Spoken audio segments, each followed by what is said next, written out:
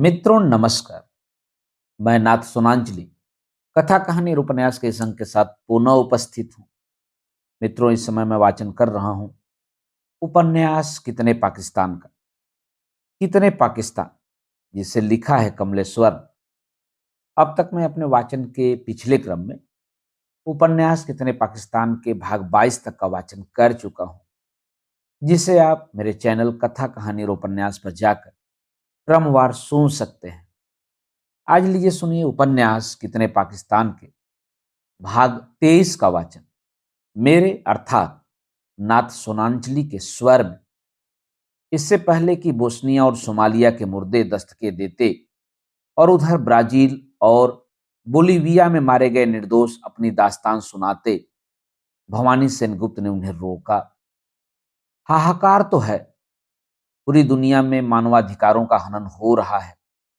हिंसा, हत्या, कष्ट, उत्पीड़न, यातना, बेईमानी, बदकारी के सैलाब उमड़ रहे हैं। खुद भारत में रक्त के तालाबों के कमल उगाए जा रहे हैं।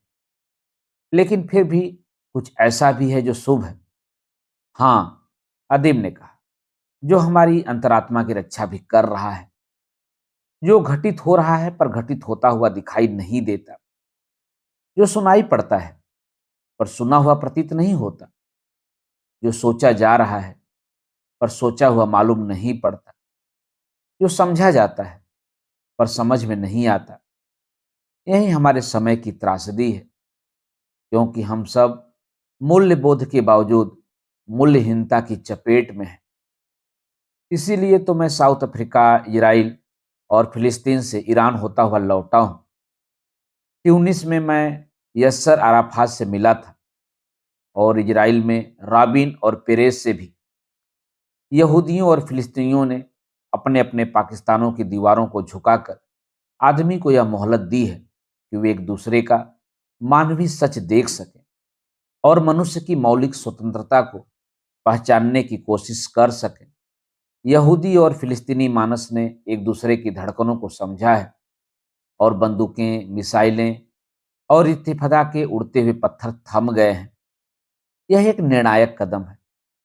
यह समझौता हो गया है कि यहूदियों के इजराइल में रहने के हक को फिलिस्तीनी मंजूर करेंगे और यहूदी उन्हें गाजा पट्टी और पश्चिमी तट में खुद अपना देश स्थापित करने और हुकूमत चलाने की गारंटी देंगे।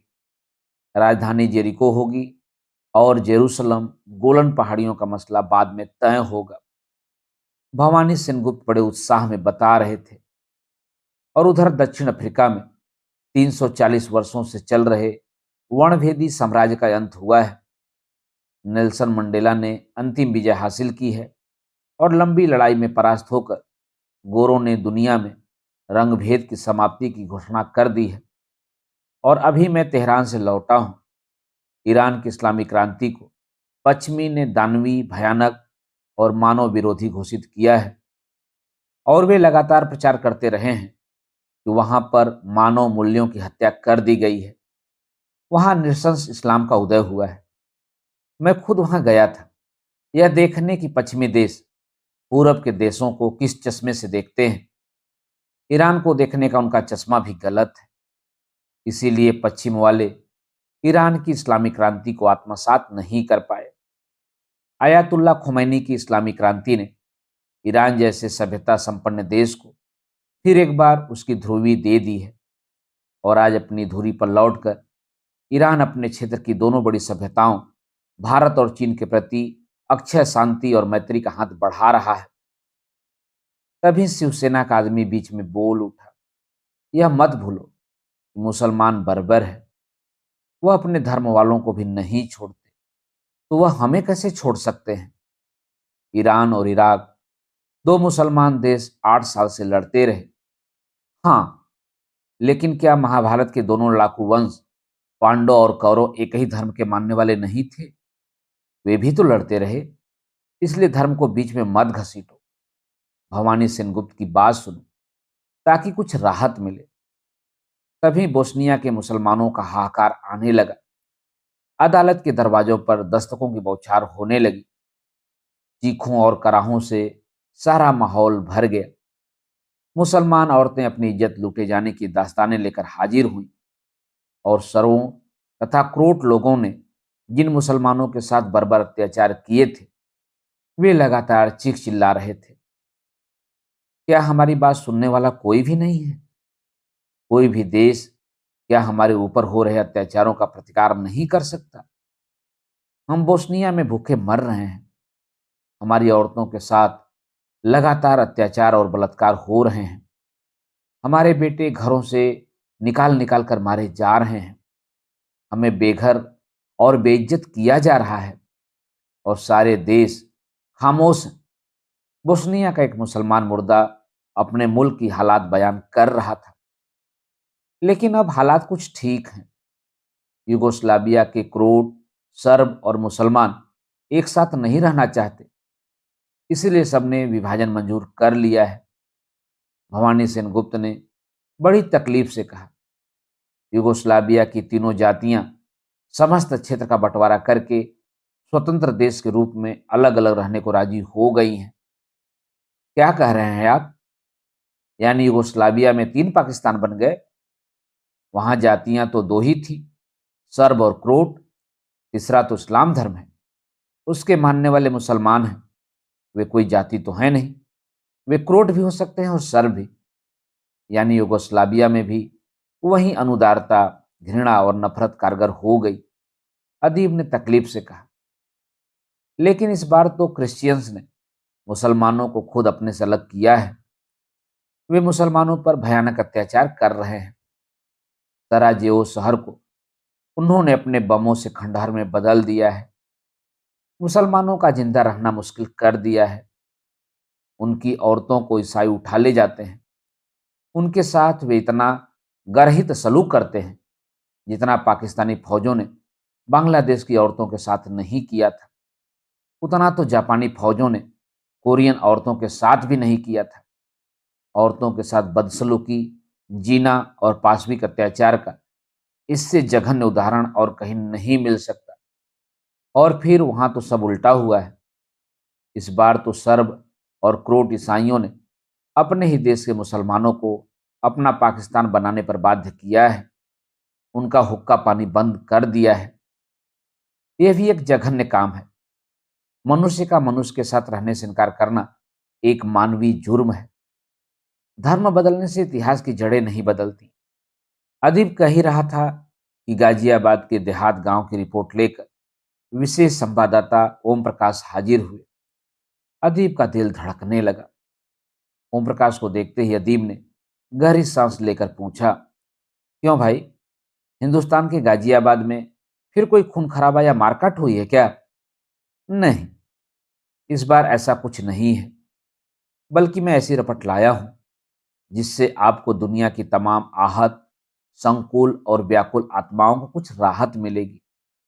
दुनिया जानती है, राजपूतों और मुगलों के बीच लगातार युद्ध चलता रहा। महाराणा प्रताप ने कभी अकबर की अधीनता स्वीकार नहीं की। मुगल काल के उसी दौर की कहानी कहता है। गाजियाबाद जिले का देहरा गांव, देहरा मुसलमान राजपूतों का गांव है। ये सिसोदियां हैं और महाराणा प्रताप के वंशज ही नहीं, उनके कुल के हैं। इनका धर्म परिवर्तन औरंगजेब के जमाने में हुआ। ये मुसलमान राजपूत अपने पूर्वज महाराणा प्रताप की मूर्ति अपने गांव में स्थापित कर रहे हैं। इन लोगों का मानना है कि धर्म परिवर्तन से रक्त नहीं बदल जाता। वे अपना परिचय दोहरा मानते हैं कि वे केवल मुसलमान नहीं हैं, वे मुसलमान राजपूत हैं। 60 गांवों के 60 में से 8.5 गांवों में सिसोदिया मुसलमान हैं, बाकी में हिंदू सिसोदिया। लेकिन ये सभी अपने को एक ही रक्त और एक ही वंश का मानते हैं। इनके पूर्वज पृथ्वीराज चौहान की मोहम्मद गोरी से हुई लड़ाई में ये राजस्थान से यहाँ आए थे। यहीं इन राजपूतों का डेरा पड़ा था।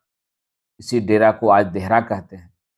हिंदू और मुसलमान दोनों ही सिसोदिया राजपूतों के लिए देहरा एक वंशागत केंद्र बिंदु है। साठे में कुल 8.5 गांव मुसलमानों के हैं, पर सब के सब नंबरदार मुखिया हैं, मेहर अली राजपूत। वे कहते हैं, धर्म परिवर्तन के कारण जरूरत पड़ी तो मंदिर की दीवार के सहारे ही हमने मस्जिद खड़ी कर ली है। आज भी मुसलमान बहन अपनी संतान की शादी के समय भैया को भात लाने के लिए बुलाने जाती है तो यही लोकगीत गाती है, भैया रघुवीर भात हमारो लइयो। इस मुसलमान बहन के होठों पर रघुवीर उसकी संस्कृति का शब्द है, विधर्म का नहीं।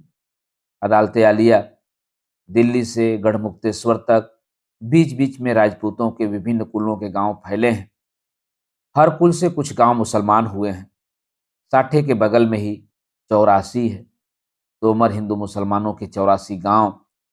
बगल में 12 गांव निर्वाण राजपूतों के हैं, 6 हिंदू और 6 मुसलमान। यही स्थिति इस क्षेत्र के त्यागियों, गुर्जरों और चौधरियों की भी है। इन राजपूत ब्राह्मणों ने धर्म परिवर्तन के बाद भी अपनी संस्कृति को तिरस्कृत नहीं किया। यही स्थिति उधर पश्चिम के अलवर राजस्थान तक फैले मेवाती मुसलमानों की है। वे मुसलमान हैं पर अपनी पुरातन संस्कृति और लोक प्रथाओं से अब भी जुड़े हुए हैं।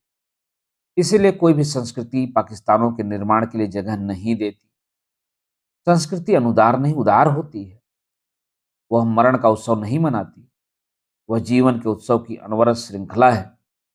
इसी सामसिक संस्कृति की जरूरत हमें है, क्योंकि वह जीवन का सम्मान करती है। हुजूर, यही कोशिश तो मैंने की थी। एक बड़ी साहिस्ता और गुजती हुई आवाज आई थी।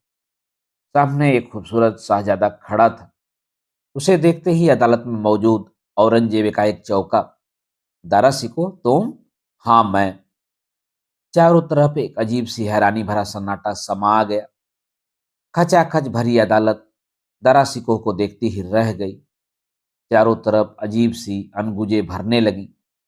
कुछ आवाजें इस्लामी दरवेशों की थी, अजानों की थी, और उन्हीं के साथ बौद्ध प्रार्थनाओं, ईसाई कोयर की, और उन्हीं में मिली जुली मंदिरों के घंटों और पूजा की थी।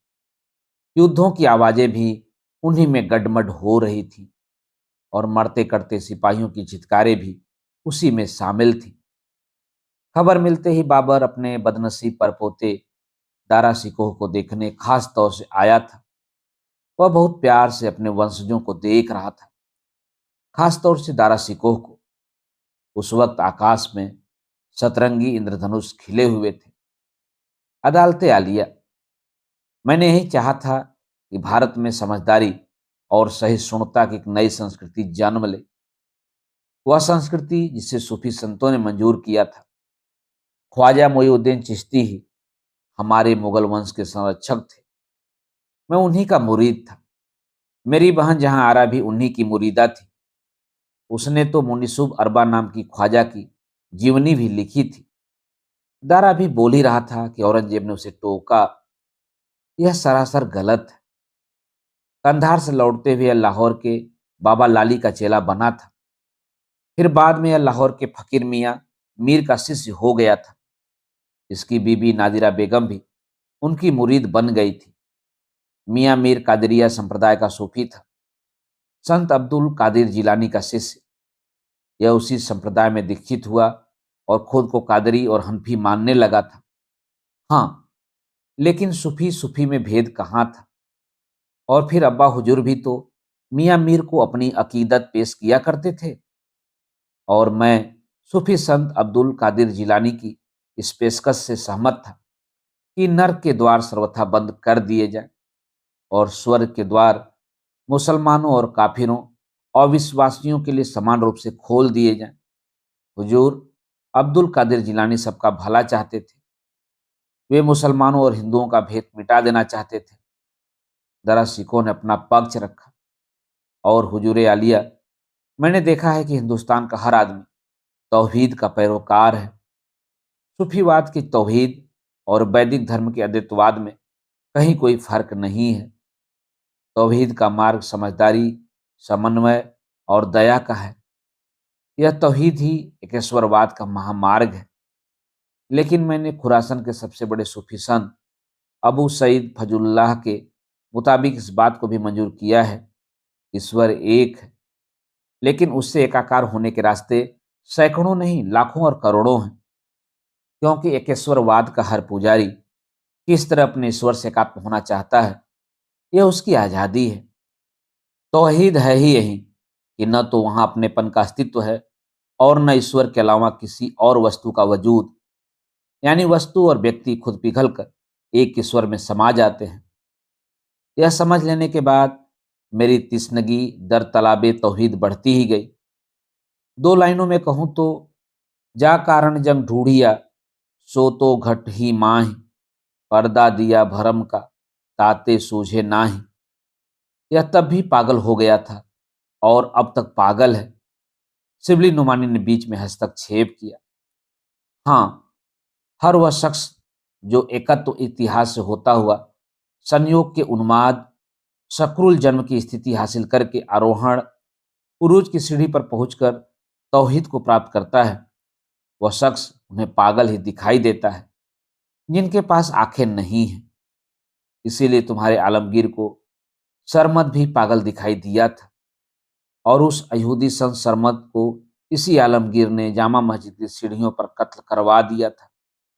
आज इस 20वीं सदी में औरंगजेब का वह पाकिस्तान नफरत की नींव पर खड़ा दिखाई देता है और मेरा हिंदुस्तान उसी पाकिस्तान की आबादी से ज्यादा मुसलमानों को अपना धरती पुत्र मानकर सहेजे हुए है और सामासिक संस्कृति की नींव पर खड़ा है। औरंगजेब के पाकिस्तान से ज्यादा मुसलमानों की आबादी मेरे हिंदुस्तान में है।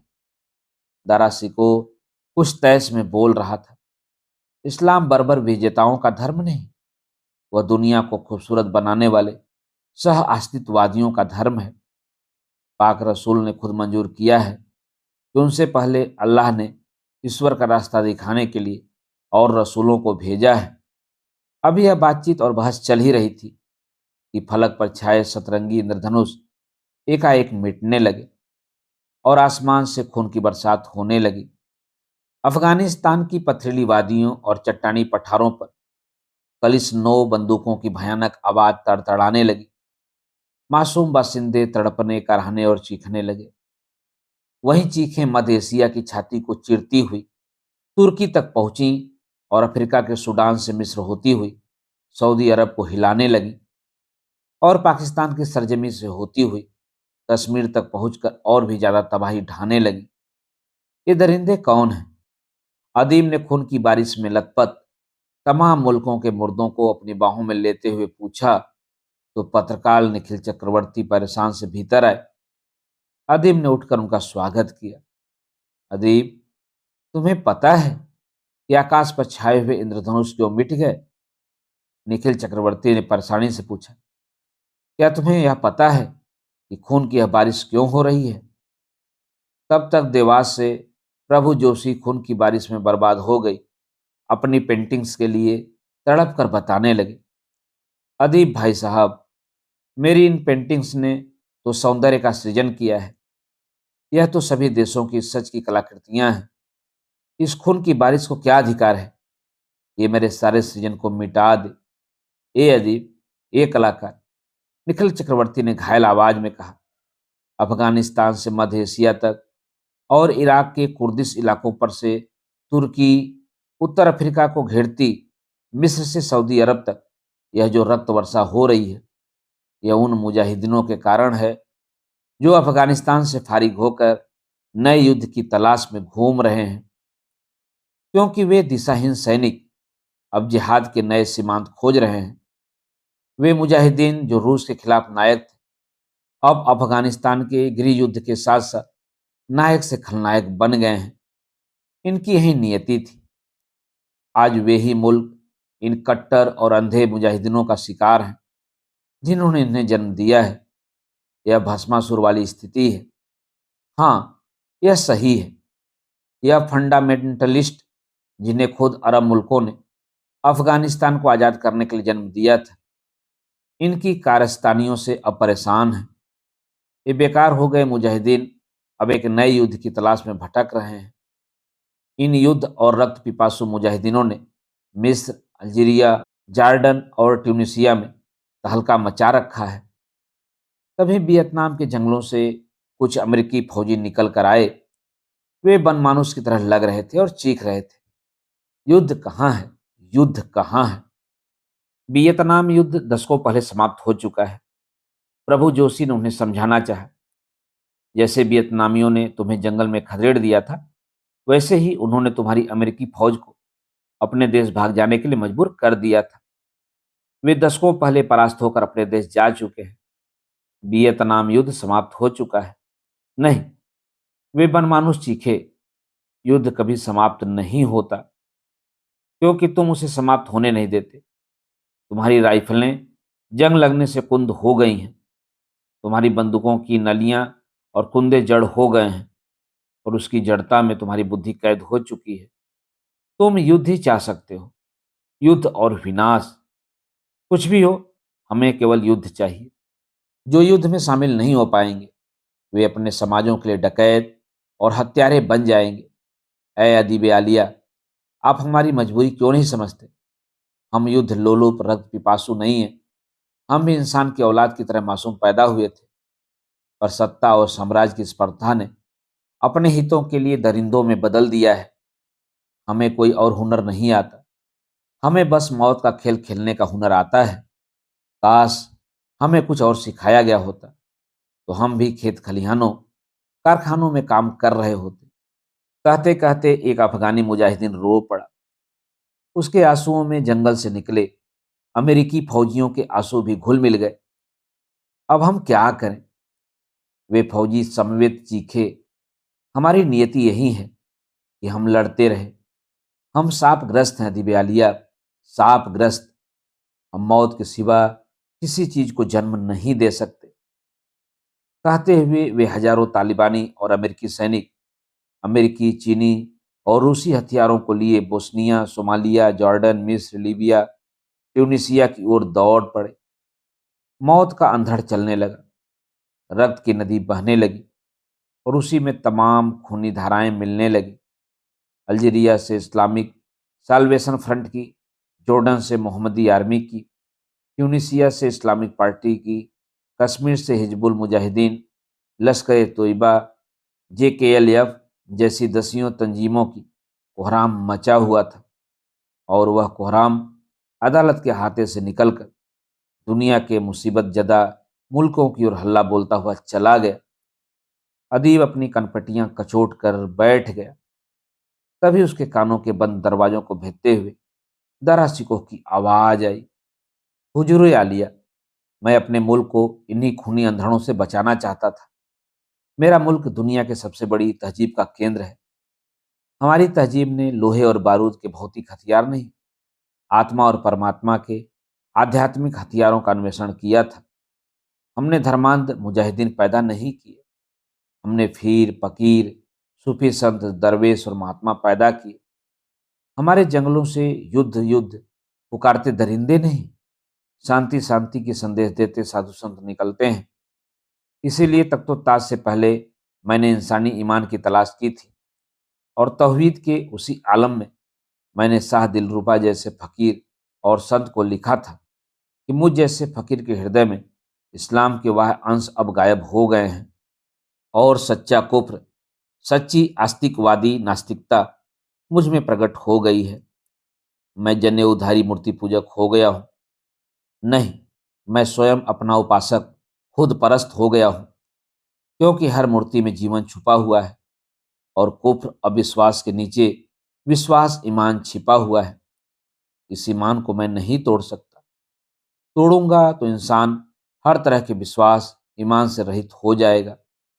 यह ईमान ही मनुष्य के अस्तित्व की कुंजी है, क्योंकि इसी ईमान के सहारे वह बहु को एक में पैबस्त पाता है। सच्चा मुसलमान वही देखता है। बहुत को एकत्व में देखना ही वही दिया है। यही तौहीद का फलसफा है, यही एकत्ववाद है। ईश्वर के नाम की एकता नहीं, वे नाम हमेशा अलग अलग रहेंगे। पर मजहबों में मौजूद एकत्ववाद के बारे में कोई भी मतभेद किसी मजहब में नहीं है। अभी दारा यह कह ही रहा था कि फिर तोपें गरजने लगी, इमारतों की नींवें हिलने लगी। प्रभु जोशी ने फौरन राजेंद्र माथुर को आवाज दी। आवाजें आने लगी। अफगानिस्तान का गृहयुद्ध अभी समाप्त नहीं हुआ है। जलालाबाद संधि बेकार हो गई है। अब यहाँ के खलनायक आपस में लड़कर यह तय करना चाहते हैं कि खलनायकों का खलनायक कौन है। कल रात से यह खलनायक एक दूसरे के खून के प्यासे हो गए हैं। तभी से अफगानिस्तान के हर शहर की दीवारें थर्रा रही हैं। यहाँ की खूनी शतरंज के सारे मोहरे अपने पाले बदल चुके हैं। चारों तरफ से सेलिंग हो रही है, रॉकेट्स गिर रहे हैं, बमबारी लगातार जारी है। हर बस्ती की मासूम जनता अपने बाल बच्चों को लेकर पाकिस्तान की सरहद की ओर भाग रही है। काबुल तबाह हो चुका है। मजार शरीफ शिकस्त खा के कराह रहा है। ओह, काबुल तबाह हो गया? तब तो मेरी कब्र भी मिस्मार हो गई होगी। मैं अब लौटकर कहाँ जाऊंगा, कहाँ सोऊंगा? बाबर परेशानी से बोला। यहाँ जिंदा लोगों के लिए जगह नहीं है, ताजे मुर्दे लावारिस पड़े हुए हैं। तुम तो फिर भी इतनी सदियों तक आराम से सो ली। राजेंद्र माथुर की आवाज ने बाबर को जवाब दिया और आगे का हाल बताने लगी। असल में सोवियत सेनाओं की वापसी और नजीबुल्लाह सरकार का तख्ता पलटने के बाद यहाँ अमेरिकी डॉलर की आमद बंद हो गई है। अफगानिस्तान का पठान सऊदी अरब और पाकिस्तान के कट्टर इस्लामीकरण की जंजीरों को भी मंजूर नहीं कर पा रहा है, क्योंकि उसके खून में आज़ादी मौजूद है। उसका इस्लाम भी अन्य मुल्कों के इस्लाम से आज़ाद है। इस्लाम हर जगह आज़ाद है। सैफुद्दीन सोज ने दखल दिया। वे हिमाऊ रोड दिल्ली से आए थे। कश्मीर का इस्लाम कश्मीर में, ईरान का ईरान में, मिस्र का मिस्र में और टर्की का इस्लाम टर्की में आज़ाद है। और इस्लाम का यही बड़प्पन है कि उसने धरती के हर हिस्से की तहजीब को अपना बनाया है। इसीलिए कश्मीरी मुसलमान कश्मीरी है। यह ईरानी या तुरानी मुसलमान नहीं है। वह पाकिस्तान के पंजाबी मुसलमानों के साथ, वह अपनी सांस्कृतिक परंपरा में जीने वाले कश्मीर के हिंदू पंडितों के साथ सदियों जीवित रहा है और रहेगा। ललेश्वरी और खब्बा खातून का बंटवारा कश्मीर में नहीं हो सकता। पनून कश्मीर के जो कश्मीरी हिंदू पंडित मेरे इलाके में हिंदू होमलैंड मांग कर रहे हैं, वे कश्मीर के हिंदू पंडितों का नुकसान कर रहे हैं। हमारी परंपरा सुभी ऋषियों की परंपरा है, कट्टरपंथ की परंपरा नहीं। यह कश्मीरी इस्लाम की एक नई परंपरा है जो जैनुल आबदीन, ललेश्वरी और हब्बा खातून से होती हुई हम तक पहुंची है। अदीब ने तब टोका, तो सैफुद्दीन सो साहब, कश्मीर के हिंदू पंडित अपना हिंदू होमलैंड, अपना हिंदू पाकिस्तान क्यों मांग रहे हैं? पाकिस्तान से पाकिस्तान पैदा होता है। यह छूत का एक रोग है।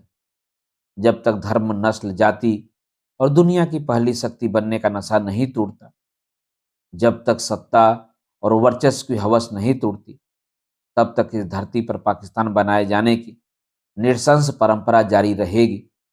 निखिल चक्रवर्ती ने हस्तक्षेप किया। युगोस्लाविया बर्बाद हो गया, उसी तरह अफगानिस्तान बर्बाद हो रहा है। तालिबानों के पास अब पैसा कहाँ है? वह तो नस्ली दवाइयों की तस्करी से ही आएगा। नस्ली दवाइयों के उन रास्तों पर हक जमाने के लिए काबुल में सत्ता की जरूरत है। जो सत्ता में होगा वही राज करेगा और नस्ली दवाइयों के अरबों खरबों रुपयों की आमदनी का हकदार होगा। इसीलिए पाकिस्तान की इंटर सर्विसेज एजेंसी तालिबानों के साथ सक्रिय है और चाहती है कि उसके जरिए वह अपनी आमदनी का रास्ता खुला रख सके। पाकिस्तान सरकार के पास भी इतना पैसा नहीं है कि वह आईएसआई को जीवित रख सके। इसीलिए आईएसआई को जीवित रखने के लिए नस्ली दवाओं के उद्योग पर कब्जे की जरूरत है। लेकिन तकलीफदेह स्थिति यह है कि नस्ली दवाइयों के हेराती व्यापारी अब मसाद नहीं जाते, बल्कि वे पाकिस्तान के दक्षिणी पूर्वी इलाके में जाते हैं। कंधार और क्वेटा जाते हैं। वे बलूचिस्तान के दक्षिणी सागर तटों और उन इलाकों तक दौड़ लगाते हैं जो ईरान और पाकिस्तान के सरहदों के सरहदी शहर हैं। यहीं इसी इलाके में रहती है वे जनजातियां और कबीले जो हमेशा आज़ाद रहे हैं। ये कबीले अपनी आज़ादी को आज भी पाकिस्तान की सत्ता को सौंपना नहीं चाहते। अपनी आज़ादी के दीवाने यह कबीले बेहद खुददार हैं। फिर वे चाहे वजीर कबीले के लोग हों, मसूद हों, भट्टानी, मंगल, बंगस, ओकरजई, आफरीदी, मोहम्मद, पुतनमन खेल या तर्कनरी कबीले के लोग। तभी एक गुजती पर बीमार सी आवाज आई। मुगलिया खानदान और उसकी विरासत के बिना अफगानिस्तान का इतिहास तय नहीं होगा और हिंदुस्तान का इतिहास भी उसके बिना पूरा नहीं होगा। इसलिए आपको मुझे सुनना ही पड़ेगा दिव्यालिया। आप कौन? मैं शाह जहां हूं, शाहजहां यानी शाहजहां, मैं अपने हिंदुस्तान के शहर आगरा के पथरीले किले से उठकर आया हूँ। मेरी बेटी जहांआरा मुझे यहाँ तक ले आई है। मैं बेहद बीमार हूँ। अभी कल ही हकीम बासी ने मुझे सेहत का गुस्त करवाया है। लेकिन लेकिन आप शाहजहां, यहाँ कोई भी आपको पहचान नहीं पा रहा है और न मैं आपको पहचान पा रहा हूँ। अदीब ने असमंजस से कहा। आप कैसे पहचानेंगे? वक्त को बुलाइए, वह मुझे पहचान लेगा। बीमारी की वजह से मैं बहुत बदल गया हूँ अदीब आलिया। मैं वह नहीं दिखाई देता जो मैं हुआ करता था। अदीब, मैं तुम्हें इतिहास में लेकर चलता हूँ, उस इतिहास में जो न तुम्हारे शिबली नुमानी का है न काजिम सिराजी का। वह इतिहास साकी मुस्ताद खां का भी नहीं है और न काफी खां का। और अगर तुम आकिल खां का नाम लोगे तो उसका लिखा हुआ इतिहास भी झूठा पड़ जाएगा, क्योंकि उसने चाहे दरबार से आज़ाद इतिहास लिखा हो और वह भी उसी वक्त का गुलाम था जो वक्त दरबार का गुलाम था। कहकर शाहजहां हांफने सा लगा। जहां आरा ने उसे संभाला। मैंने वह वक्त बड़ी तकलीफ से गुजारा है अदीब, बहुत तकलीफ से। कहते कहते और सुन में देखते शाहजहां की आंखों में आंसू तैर आए थे। जहां आरा ने अपनी ओढ़नी में अब्बा हुजूर के उन मोतियों को चून लिया। काश मैं वह सब देखने के लिए जिंदा रहता। जहां आरा ने मेरी बीमारी के दौरान खिदमत करते हुए मुझसे बहुत कुछ छिपाए रखा। अगर दारा का बेटा, मेरा पोता सिफर सिकोह मेरे पास न आया होता तो मुझे कुछ मालूम ही न पड़ता। लेकिन अब्बा हुजूर, मैंने तो वह तकलीफ दे खबरें आपकी गिरती सेहत की वजह से नहीं दी। मैं नहीं चाहता था कि शुजा, औरंगजेब, मुराद और रोशन आरा की साजिशों की चोट से हिंदुस्तान के शहंशाह और मेरे अब्बा हुजूर का दिल टूटे। हमारे लिए आपकी जिंदगी ज्यादा जरूरी थी, मुल्क की सल्तनत नहीं। मुझे मालूम है बेटी, सब मालूम है।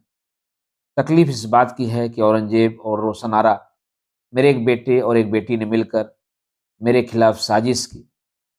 शाहजहां फिर बहुत पस्त आवाज में बोला, यह बात गलत है आलम पनाह। शिबली नुमानी ने बीच में टोका। जो आप इल्जाम लगा रहे हैं उसे इतिहास भी मंजूर नहीं करता। उस दौर का इतिहास यह नहीं कहता। इतिहास बड़ा है या इतिहास बनाने वाला? अदीब ने नुमानी साहब को टोका। इतिहास कहे न कहे, पर मेरा दिल कहता है कि रोशन आरा ने जामा मस्जिद के शाही इमाम और कासिम खां को अपनी साजिश में ही नहीं, अपने प्रेम पास में भी लपेट लिया था। वह चाहे उसका नाटक ही क्यों न रहा हो, पर रोशन आरा ने एक खूबसूरत शहजादी होने का भरपूर फायदा उठाया। और नुमानी साहब, एक अदीब के दिल की गवाही किसी इतिहास लेखक के तर्कों की गवाही से ज्यादा बड़ी और महत्वपूर्ण है। शिबली नुमानी फिर कुछ कहना चाहते थे तो शाहजहां ने अदीब का ध्यान अपनी तरफ मुखातिब कर लिया। अदीब, इस बहस में क्यों पड़ते हो? कुछ लोग सच्चाइयों के लिए नहीं, सिर्फ बहस करने के लिए पैदा होते हैं। छोड़ो इस बहस को।